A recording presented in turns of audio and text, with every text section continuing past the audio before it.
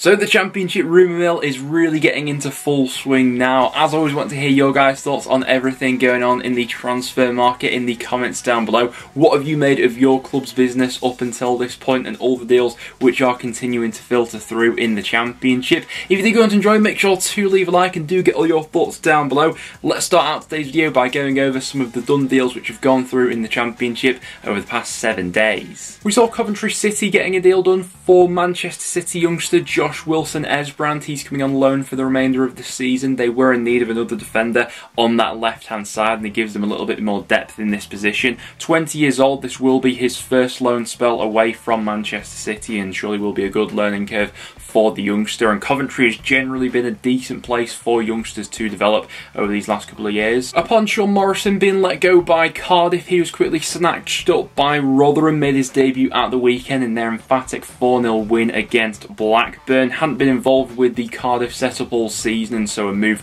was probably inevitable in the end. Thrown straight into that Rotherham side, like I said, at the weekend, and did fairly well with that clean sheet against Rovers. Rida Kadri will spend the second half of the season out on loan at Birmingham, having spent the first portion of the season with Sheffield United. Found his opportunities there fairly hard to come by, with that starting 11 at Bramall Lane fairly fixed. The majority of his appearances did come from the bench. Did get a cameo appearance off the bench for Birmingham over the weekend as well, and scored on his debut against Bristol City. Very tidy player for the Championship, 21, still learning, but has plenty to offer to that Blues squad, I think. Preston were really busy in the end. We got a loan deal over the line for Everton youngster Tom Cannon. We were in desperate need of bolstering our forward line given the Emil Rees injury, the more recent Ched Evans injury, and it looks as if Shawnee Maguire could be departing the club as well. And along with Cannon, we also got a deal done for Liam Delap. He spent the first half of the season on loan with Stoke. A loan spell which didn't quite go to plan. I think it's fair to say I'm looking forward to seeing what he can do in a Preston shirt for the remainder of the season. Thought both Delap and Cannon looked fairly promising actually in their debuts against Norwich, albeit it was a disaster of a game from Preston, but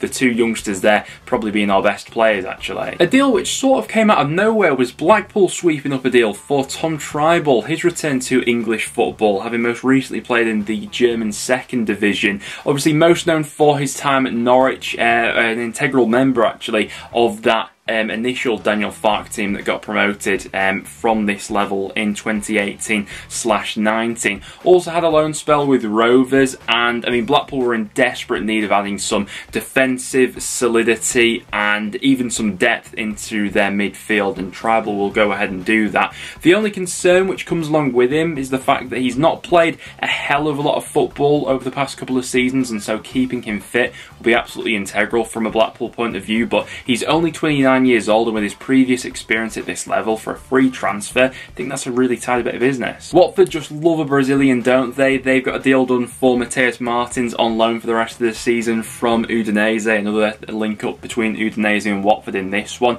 19-year-old forward, we saw him make his debut against Blackpool over the weekend. With Jamal Lowe in at QPR for the remainder of the season, looking forward to seeing what he can do. Didn't really get much of a kick with Bournemouth in the Premier League, and so a loan move out to the Championship did seem inevitable. We spoke about this one last time on the transfer rumour roundup when it looked all but over the line. It has since been confirmed. Thought it looked quite promising on his debut against Reading over the weekend, and a nice addition for Neil Critchley for the rest of the season.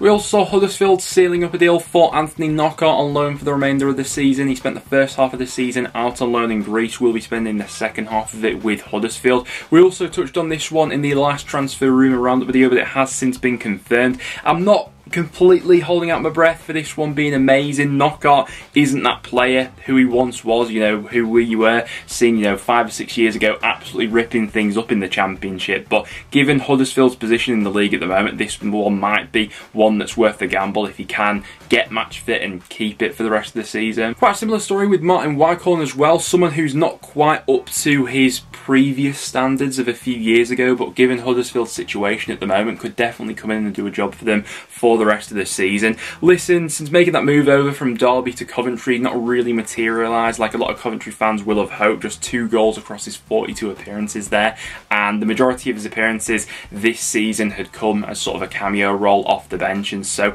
a move away in Jan wasn't the biggest of surprise for a loan move for the rest of the season. And a really interesting one as well, we saw Stoke goalkeeper Joe Bursick making a permanent move over to Club Bruges in the Belgian league. Stoke fans, be really interested to get your guys' verdict on this one down below, because there was a bit of an opinion split, it seemed, within the Stoke fan base in terms of how highly Bursik was rated.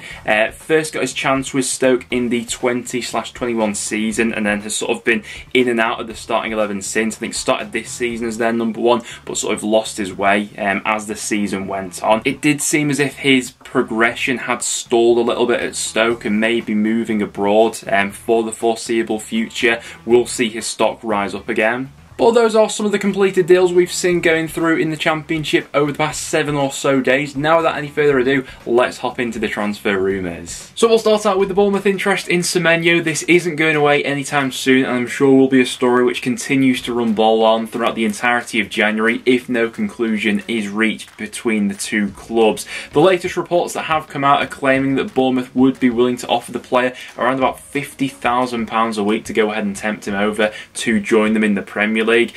Also, recent reports claiming that Bristol City would want as much as $50 million to go ahead and let him go in the January window. He still has 18 months to run on his current contract at Ashton Gate and has been in fine form for Bristol City recently, scoring 3 goals in his last 3 matches, also getting an assist in that time, and generally since the World Cup has really rekindled his goal scoring touch. There have also been some other suitors interested in Semenyo, some other Premier League clubs as well as Burnley, another who I have seen mentioned, but the most concrete interest at the moment is coming from Bournemouth. As of recording, it also seems like Burnley are in advanced negotiations for Swansea City forward Michael Obafemi. We came into this January window with Burnley having the thought process of getting another number 9 over the line, and it seems like Obafemi is their number 1 target as things stand. He's an interesting one. Last season, second half of last season, especially for Swansea, was absolutely fantastic when he properly found his flow in that Russell Martin side, scored 12 goals, got 3 assists. This season, his goal scoring numbers haven't quite lived up to that tally, with just 3 goals in the league so far this season. All of his underlying numbers have been fairly similar. The amount of shots per game he takes have slightly decreased from last season, but nothing too dramatic. His link-up play has also been fairly similar, with the amount of chances he creates per 90 and dribbles he takes, but his actual end product has taken quite a sharp decline, and I'd be interested to hear from some Swansea City fans as to why you think that might have been the case this season. But clearly a very good player, and only 22 years old as well. Burnley are clearly investing in another player for the future, as has been the case with them and their previous summer recruitment. As current reports are currently claiming, it seems as if anything above that £3 million mark will be enough to go ahead and sway this deal in Burnley's favour, and then it will be a case of sorting out the contract with the player himself. And it seems as if the Burnley scouts have found another gem in 19-year-old Jensen Seal. They've had an opening offer of €1 million plus potential €1 million in add-ons rejected for the PSV defender, and Burnley are expected to go in with an improved offer for the 19-year-old. He's spent the majority of his career so far playing for the PSV development side, but is said to be quite highly rated, and obviously Burnley and the links they've had abroad so far and how well they've actually played the European market over the summer and into January, would not be surprised to see them getting this deal over the line and seeing him go on to become a fantastic player at Burnley and under Vincent Kompany. 6'4", has a real frame about him, and also has an eye for a goal, with 4 goals this season in all comps. He'd add some more depth at the back for Burnley. Blackburn Rovers are keen on securing a loan deal for the remainder of the season for Leeds United youngster Gio Geldhart. We spoke previously about Leeds potentially letting him go out on loan to the Championship for the remainder of the season, and as of recording right now, does seem like Blackburn is his most likely destination. He's certainly no stranger to the Northwest. He came up through Wigan's Youth Academy, that's where Leeds picked him up from, and I thought he looked really promising actually in that breakthrough year at Wigan, and when he got quite a bit of game time in the Championship. And being back at this level for another season of development, or half a season, I think would serve him well, and he could definitely be an asset for Blackburn. Todd Cantwell has plenty of offers. His contract at Norwich does come to an end at the end of the season, and bad looks of things is not in David Wagner's plans. We saw at the weekend, Norwich against Preston, how well that forward 3 for Norwich actually worked, of Hernandez, Pukki and Dowell, with Sargent playing in there as well, and Todd Cantwell just doesn't really have a place in this Norwich side at the moment. He's only played 860 minutes of Championship football, no goals, no assists, and is in need of that fresh start, I think, to go ahead and kickstart his career once again, because he has stalled at Norwich over these last few years.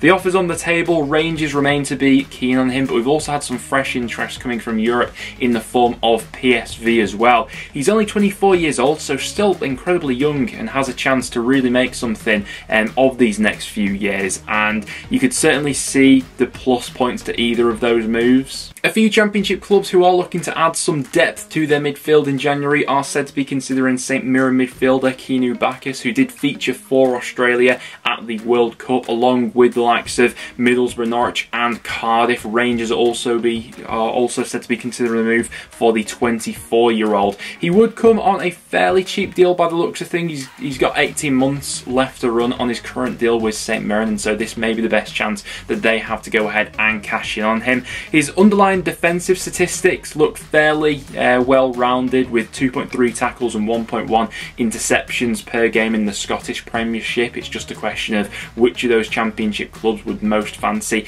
that profile of player at the moment. And we've seen Preston North End midfielder Ben Whiteman being linked with a move to Watford. Now, the interest and speculation has been dampened by local press, who have claimed that there has been no contact by Watford to Preston as of recording right now, but, you know, is there any smoke without fire? There does seem to be a little bit of something perhaps in this rumour. Whiteman is hands down Preston's best midfielder and probably our most prized asset at this moment, I'd say, with the biggest potential sell on in terms of the player who he is right now, how he's developed at Deepdale over these last few years since we've picked him up from Doncaster, and if we were to lose him, he'd leave an absolutely huge void which was to be filled. Now, I don't see Ryan Ledson or Ali McCann up to the same standard of Whiteman, particularly in the role that he plays within this North End side, but it's no surprise to see a club like Watford identifying a player like Whiteman, looking at his type of profile and thinking he could definitely add something to our team. Speaking of potential incomings at Preston, we have been linked with a move for Barnsley wing-back Jordan Williams. I think it's the bare minimum of the rest of our business for this January window that we absolutely need to get a right wing-back over the line. It's been a problem position that Preston have neglected for far too long now, and if we leave it another transfer window without identifying and picking up a wing-back, I think it will be gross mismanagement by the club. Really, I think we're so hamstrung by the fact that we've only really got Brad Potts to play in that position, or Alan Brown, who can sort of fill in. We saw Bambo Diaby playing at right back against Norwich at the weekend, for example, and got absolutely torn to shreds, and the longer we decide to neglect investing in this position, the more problems we're bound to run into. Someone like Jordan Williams, I've quite liked the look of for a while. Done really well for Barnsley in League One this season with 2 goals and 4 assists. Also has a bit of Championship experience as well, which is also handy. Now, we previously mentioned the Obafemi situation, but he's not the only Swansea forward who is in demand in January, because fellow forward Morgan Whittaker is also on several clubs' transfer lists. Reportedly so, Rangers have already had one bid knocked back for the Swansea City forward. He obviously spent the first half of this season out on loan in League One, did really well with Plymouth, who are obviously flying high at the top of League One at the moment. What Swansea decide to do with the youngster in the remainder of this January window does remain to be seen. But if, you know, both Whittaker and Obafemi were to leave, they've got a serious shake-up to do with the rest of the window in terms of bringing some bodies in. And another Swansea player who could be departing in this window is Jamie Patterson, being heavily linked with a move to Coventry as things stand. Not had all too much football so far this season, particularly compared to last time around. Only 4 starts in the Championship, 8 of his appearances coming off the bench. Last season for Swansea, really prolific season with 9 goals and 9 assists, and considering how short Coventry are in quite a few positions at the moment, bringing in someone like Patterson, given the way they play with the number 10s, I think will be a sensible bit of business. And Bristol City captain Daniel Bentley has been linked away from the club over these last couple of weeks, with both Stoke City and Wolves said to be interested. Bentley, who did lose his place in the Bristol City side partway through this season to Max O'Leary, be interested to get some Bristol City fans' perspectives on the whole Bentley situation with him losing his place and his potential departure in January. Wolves after another backup goalkeeper, and Stoke in for someone after the departure of Joe Bursick. Harry Souttar remains to be on several Premier League clubs' watch lists, with the likes of Leicester, West Ham and Wolves all interested in the Stoke City defender. Obviously